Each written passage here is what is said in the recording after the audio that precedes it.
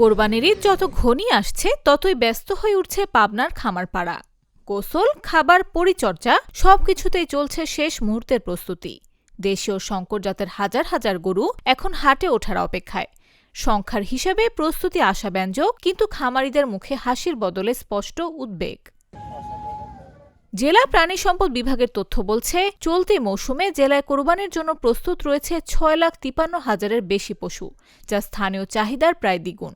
কিন্তু উৎপাদনের এই সাফল্যের আড়ালে জমেছে খরচের পাহাড়।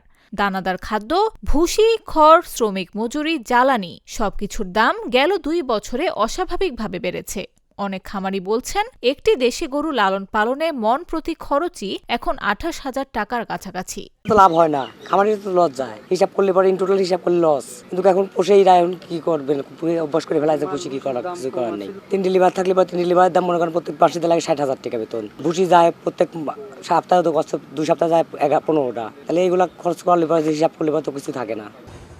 খামারিরা বলছেন, মন প্রতি ৩২ থেকে ৩৪,০০০ টাকা না পেলে লাভ তো দূরের কথা, ঋণ পরিশোধও কঠিন হয়ে পড়বে।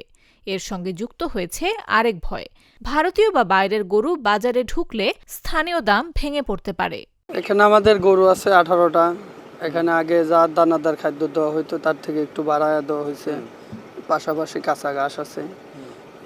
এক কথা বলতে যান, আপনি এই সামনে প্রস্তুতি নেওয়া চলতেছে।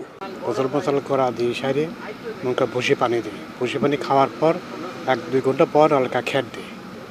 খ্যার খাইতে লাগে।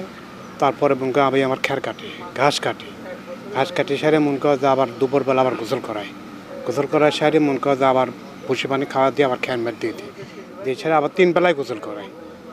3 বেলা যে গরম পড়তেছে 3 বেলা এদিকেও কাজ করি ওদিকেও কাজ করি।